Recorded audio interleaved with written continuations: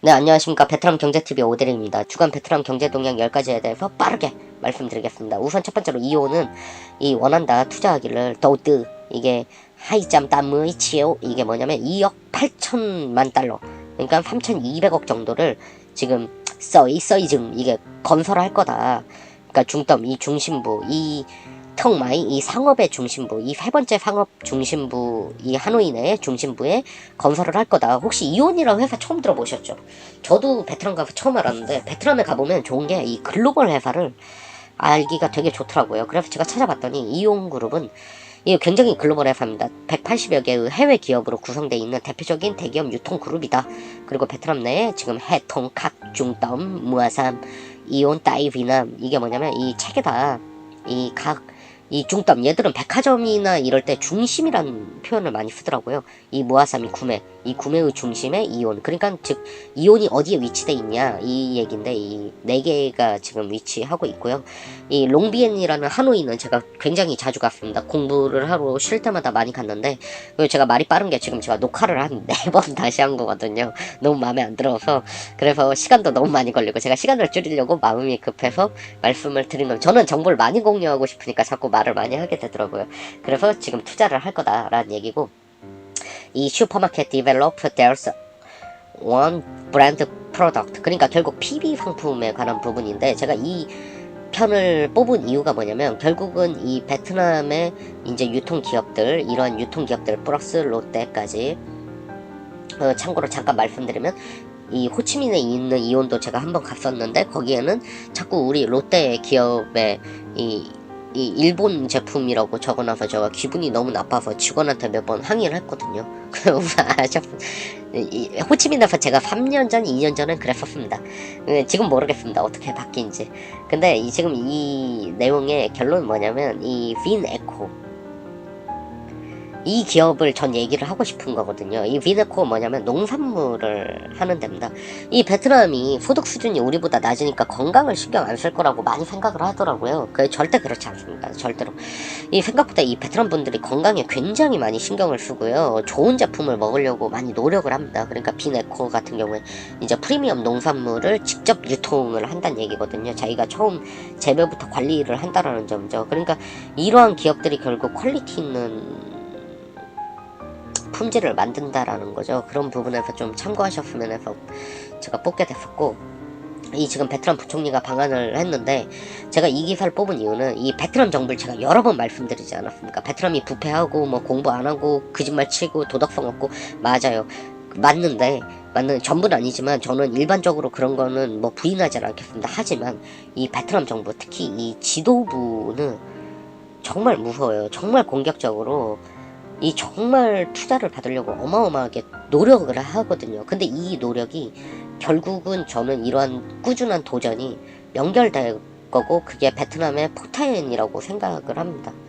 그래서 이 방안을 해서 지금 투자 유치부터 해서 투자 환경을 개선하겠다 등등 많은 노력을 하고 있다라는 부분 그리고 부총리나 이런 제가 알기로 고위층들이 오면 정말 일을 너무 열심히 하고 일만 하다 간다라는 얘기가 들릴 정도로 제가 알아본 바로는 좀 한편으로 부럽더라고요.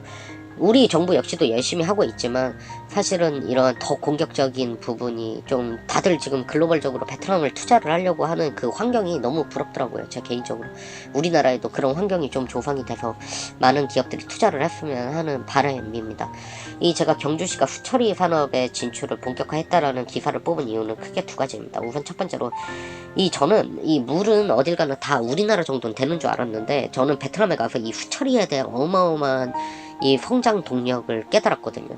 그래서 제가 투자를 했던 데가 두산중공업인데 참고로 저는 이 탈원전이 이렇게 빨리 올 줄은 몰랐었고 그래서 엄청 많이 떨어졌죠. 두중이 보통 3만원 정도 하던 회사인데 지금 6천원 가 있으니까 저는 투자를 베트남에 있을 때부터 했었고 이 두중에 어떻게 보면은 이 탈원전이 나오면서 빨리 발을 뺐습니다. 두중은 참고로 이 후처리 세계 1등 회사고요. 저는 경협주에 묶였을 때 반등을 주는 걸 보고 빨리 빠져나왔고 두 번째로는 미후에 관한 부분을 말씀드리고 싶습니다. 제가 이제 베트남에 대해서 뭐 많은 분들이 좀 여쭤보시더라고요. 그래도 제가 열심히 해서 좀 감사하게도 많은 이 여쭤보시고 문의를 주시는데, 이 베트남은 생각보다 이 공기업도 미수가 생길 수가 있거든요. 그러니까 이 성장통이죠, 성장통. 이 금리가 높다라는 게 제가 처음 말씀드렸던 그 개념, 물가나 이런 통화량을 조정하는 부분도 있지만 금리는 결국은 신용을 얘기를 하는 거거든요. 아직은 베트남이 신용사회로 저는 오진 않았다라고 생각을 합니다. 아직 100% 합리적인 사회는 아닙니다. 한국식으로 절대 생각을 하면 안 되는데, 한국은 조달이 미후 잡힐 일은 절대 없잖아요. 그렇지만 이러한 부분에서 저는 좀 조심하셨으면 하는 얘기에 이제 이 기사를 뽑았고, 이 기사는 정말 시사하는 바가 많습니다. 이 베트남의 안파스라는 회사가 거본 10남 이 자본의 51%를 넣었다. 이 한국의 TLC라는 회사를 이때 뭘 위해서냐면 머종 확장하다 쌍, 이게 도착하다라는 뜻도 있거든요. T정 한국 시장의 확대를 위해서 지금 51%의 지분을 투자를 했다는 얘기입니다. 이게 뭐하는 회사인가 제가 찾아봤더니 바이오 원료 회사더라고요. 제가 말씀드리지 않았습니까? 이 한국에 정말 단순 생산하고 그런 거에 강점이 있다면 이 회사가 왜 이 생산기지에는 투자를 안 하겠습니까? 그런 얘기는 없잖아요. 그 임금을 주고는 메리트가 없다니까요. 모든 이제 세계는 글로벌화가 됐기 때문에 글로벌 경쟁력을 갖춰야 되고, 하지만 우리나라의 진짜 큰 경쟁력은 저는 R&D라고 생각합니다. 플러스 기술자분들, 이 생산의 기술자분들, 단순 생산 말고 기술자분들이 저는 어마어마한 우리나라의 기둥이라 생각을 하고, 우리나라 경제를 여기까지 이끌어 오신 분들은 이분들의, 전 참고로 문과 출신이지만 정말 존경을 하고요. 이러한 기사에서도 보실 수 아시겠지만 이런 베트남에서도 한국의 기술력에 강점이 있다라는 걸 인정을 하기 때문에 그들의 만원이 우리의 만원과 다릅니다. 그럼에도 불구하고 큰 투자를 하게 된다라는 거죠. 그거는 제가 밑에도 다른 최근 이번 주 이슈에도 또 나옵니다. 효성그룹 같은 경우는 저는 이제 우리나라 경제 구조가 효성처럼 될 거라 생각을 하는데요. 효성 같은 경우에도 단순한 생산 기지는 이제 해외로 많이 이전을 하고 있고, R&D는 한국에 있지 않습니까? 그리고 효성은 지금 베트남에 진출을 한 지가 꽤 오래됐습니다. 자리도 많이 잡아놨고요. 이 부분에 대해서 제가 공유하고 싶어서 뽑았습니다. 보꼼청 꿰띵 땅퇴, 이게 무슨 얘기냐면, 이 보꼼청 이게 뭐냐면 상공부입니다. 상공부. 이 상공부가 꿰띵, 이게 뭐냐면 결정을 했다. 다잉이 때리던데 이 퇴가 세금입니다. 세금을 때리기로 했다. 이 시장을 혼동시킨다. 이 가격을, 이게 강판이거든요. 강판. 그러니까 이 철강 강판이죠. 철강 강판이 이 중국에 있는 이 기업들이 이 자꾸 시장을 혼동시킨다. 그래서 지금 한 34.27% 정도. 그리고 이 한국도 지금 참 이 정말 이 뭐 결론은 중국이에요. 이 중국도 이렇게 세금을 때렸다. 근데 제가 생각을 할 때 이 베트남 정부가 이 호화팥을 정말 잘 키워보겠다라는 의지가 있는 것도 사실이지만, 사실 저는 이 미중 무역 전쟁을 염두를 하고 중국에 이런 조치를 취했다라 생각을 합니다. 그래서 그 부분을 좀 참고하셨으면 해서 제가 이 기사를 넣었습니다. 남선 알루미늄 이 빈페스트에 차 5만 대 부분에 차 부품을 공급을 했다. 그러니까 제가 이 기사를 뽑은 이유도 좀 간단한데요. 이 사람들이 FM그룹을 얘기를 하면 이 이수만 회장님만 생각을 하는데, 사실 FM그룹은 제가 기억하기로는 우 회장님으로 기억을 하거든요. 정말 신화천조죠. 할인그룹과 마찬가지로 이 재계 50위 안에 드는 대기업입니다. 그리고 무에서 유를 창조를 했고요. 이 두 분 다. 그리고 제가 알기로 이 두 분이 친구로 알고 있어요. 그러니까 이런 흑수저 신화 분들이시죠. 많이 알려지진 않았지만 그분들에 대해서 저는 횡보를 한번 주목을 해봤으면 하는 마음에 이 기사를 넣습니다. 또 베트남의 빈페스트 자동차죠.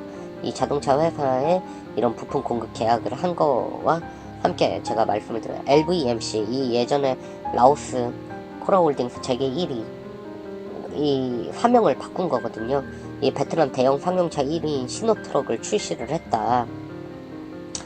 그러니까 이 제가 생각을 할 때 이 원래는 이 LVMC 같은 경우에도 오토바이랑 이 라오스 재계 1위입니다. 지금 본사를 베트남으로 이전을 했고요. 이 오토바이랑 차량에 대한 큰 강점이 있거든요. 차량 같은 경우에는 어떻게 보면 단순 조립이지만 이러한 CKD 방식으로 들어와서 브랜드를 대안이란 브랜드를 통해서 공급을 했고, 오토바이 같은 경우에는 자체 개발을 통해서 또 시장 점유율 1위를 한 회사입니다. 제가 라오스를 진짜 직접 가봤는데 사실 언론만큼 그렇게 이 코라홀딩스의 오토바이를 보이긴 보이는데 그렇게까지 막 엄청 보이진 않더라고요. 제가 라오스 여행을 가보니까. 전도 궁금한 게 있으면 꼭 가봐야 되는, 궁금한 게 있으면 꼭 인터뷰를 해봐야 되는 그런 좀 좋은 습관이죠. 좋은 습관이 있어서 네, 꼭 조사를 해봐야 돼서 제가 이 기사를 보는 이유는, 찾은 이유는 뭐냐면, 이 기사뿐만 아니라 이 SM그룹 기사도 마찬가지지만 생각보다 우리가 알지 못하지만, 많이 알려지지 않았지만 좋은 회사들이 많다는 말씀을 좀 드리고 싶어서 저는 이 기사들을 뽑았고요. 이 피에탈 자녀 티정 텅마이 디엔드, 이게 뭐냐면 이 디엔드가 전자입니다. 전자. 이게 상거래라는 뜻이거든요. 이 상업 이런 뜻이고 티정이 시장이란 뜻입니다. 이게 진출 뭐 이런 얘기인데, 피에탈 제가 몇 번 다룬 적이 있는데, 이 통신회사가 이 지금 전자상거래 시장에 들어갔다. 그럼 결국 비에텔이 보고 있는 시장은 통신과 금융 그리고 뭐겠어요. 이거를 엮을 수 있는 전자상거래까지 가겠다. 그럼 베트남의 전자상거래 시장은 어떻게 돼 있냐? 제가 잠깐 뽑았는데 이 라자다가 1등, 그리고 쇼피, 그리고 띠끼, 그리고 팬도 순으로 지금 배열이 순위가 되어 있습니다. 저도 인터넷이랑 스마트폰에 대해서 정말 깜짝 놀랐는데, 베트남 스마트폰 보급률 굉장히 높고요.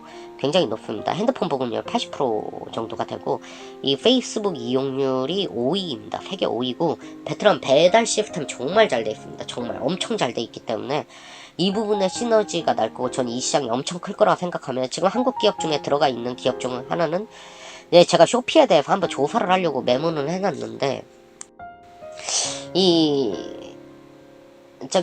그 한세실업 예스24 역시도 전자상거래 시장에 지금 들어와 있습니다. 베트남에 순위는 좀 많이 밀려있는 게 좀 단점이고요. 이 주간 한국경제동향 5가지에 대해 뽑았습니다. 예, 제가 누차 말씀드렸지만 아스트라제네카 국내 헬스케어 산업에 7,500억 투자. 제가 말씀드렸지만 우리나라 R&D 강국입니다. R&D 강국. 얘들이 원해서 투자를 하는 거예요. 세계적인 제약사거든요. 아스트라제네카는. 지금 저는 제약산업, 기계산업이 어마어마하게 한국이 성장할 거고 제2의 반도체화가 될 거라 생각합니다. 배터리랑 마찬가지로요. 그러니까 결국 고부가가치 산업이 성장할 수밖에 없는 지금 우리나라의 산업 구조가, 이런 단순한 업무에 대한 인건비 부담에 해외로 나가게 되고 R&D에 강점이 있기 때문에 그런 투자는 꾸준히 들어오고 있는 거고요. 그 부분을 좀 말씀드리고 싶어 제가 뽑았고, 고종황제 전화기를 설치한 스웨덴, 한국의 5G와, 저는 참 정부도 정말 경기를 살리고 확장하고 투자를 유치하기 위해서 세계 이곳저곳에 큰 노력을 한다라 생각하고 너무 한 국민으로서 감사하게 생각을 하는데, 제가 이 기사를 뽑은 이유는, 저는 개인적으로 역사를 좀 공부하는 걸 좋아합니다. 예, 좋아하는데 지금 우리의 상황이 지금 다 구한말 느낌이 있다라는 거죠. 제가 생각할 때. 왜냐면 지금 우리는 다투고 뭘 따지고, 분위기가 정말 까딱 잘못하다. 사실 작년에 세계 경기 정말 좋았어요. 나름. 우리만 안 좋았어요. 우리만. 그게 저는 정부 탓이라 생각하지 않습니다. 정부도 엄청 노력을 하고 시각이 다를 뿐이지 정부도 노력을 하고 있는데, 문제는 뭐냐면 이 구조입니다. 구조. 우리 이 사회의 일부 이기적인 집단이 정말 자신의 욕심만을 위해서 이렇게 결국은 일자리도 나누고 그러기 위해서 정부가 강하게 추진하던 광주형 일자리 같은 그러한 부분에 이런 좋은 모델들이 나와줘야 우리나라가 제조업, 정부가 다시 발표했지만 많은 비난을 받았잖아요. 그런 구조가 좀 되기가 쉽지가 않은 환경을 저는 정부가 만들기 싫어서 안 만든다 생각을 하지 않습니다. 우리 정부는 마음씨가 어떻게 보면 좋은 거죠. 네. 그래서 저는 이 기사를 뽑은 게, 우리가 그런 지금 정말 그 갈림길에 있고 분위기 파악 잘못했다가 까딱 잘못했다 우리 진짜 깡통 찰 수도 있다는 얘기를 좀 하고 싶습니다. 제가 경제 공부를 너무 좋아하는데 정말 심상치 않습니다. 우리나라만. 네, 이 원전 기술 유출. 그러니까 결국은 기술력이 있는 사람은 전 세계 어딜 가든 대접을 해주거든요. 자기가 이게 정말 자기 말이 옳은지를 보고 싶으면 해외에서 투자를 하고 있는지, 자기한테 오퍼가 들어오는지를 보면 됩니다. 자기가 경쟁력이 있으면 어디든 불러주는 거죠.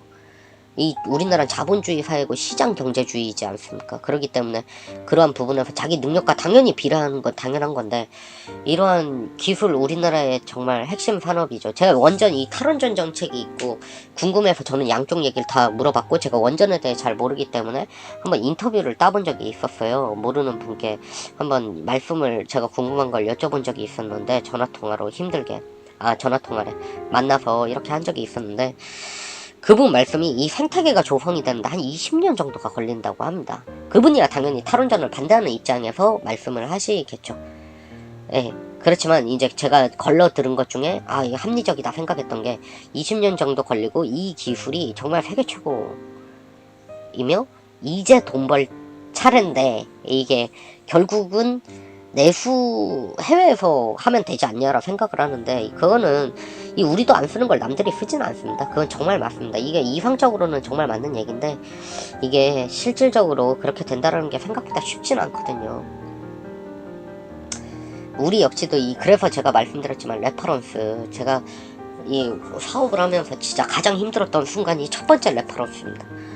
이 첫 번째 레퍼런스를 하기까지 정말 오래 걸리더라고요. 정말 힘들고 우리 직원들 전부 다 고군분투를 했는데, 그 이유가 이러한 부분 때문이라는 거죠. 그러니까 그 부분에서 제가 이걸 뽑게 됐고, 결국은 이 해외 부동산에 눈독을 들이고 있다. 지금 자산가들이 많이 투자를 하고 있고, 그 중에 두 번째가 베트남이다. 이 말씀을 드리고 싶어 뽑았고, 티센크루크에서 지금 스마트 공장, 제가 말씀드렸지만 인건비 상승에 대한 부분 때문에 지금 현재 이런 스마트 팩토리라든가 AI, 이거는 거스를 수 없는 흐름이 된 것 같아요. 그래서 저는 이 기계 시장이 어마어마하게 성장할 거라 생각하고, 이 티센크루크가 이 점유율이 만년 3위였는데 24%까지 올라서 UTC 그룹의 오티스를 지금 꺾었다. 그러면 오티스랑 현대 엘리베이터가 가만히 있겠습니까?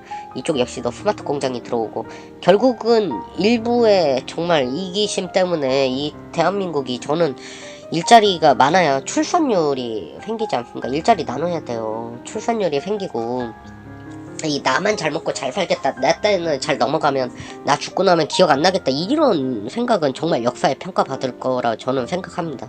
저 역시도 마찬가지입니다. 제가 모래알 같은 존재긴 하지만 저의 꿈은 있습니다. 저 역시도 이 대한민국이 세계경, 골드만삭스가 얘기를 했던 세계 2위의 경제 강국이 되고, 저 역시도 베트남 경제 전문가로서 이 부를 떠나서 이 나라에 좀 기여를 할 수 있는 그런 사람이 되고 싶다라는 꿈이 있습니다.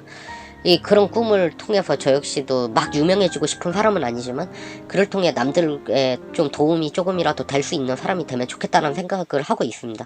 이상입니다. 제가 좀 무거운 주제를 다룬 것 같아서 그렇게 기분이 좋진 않네요. 네, 감사합니다.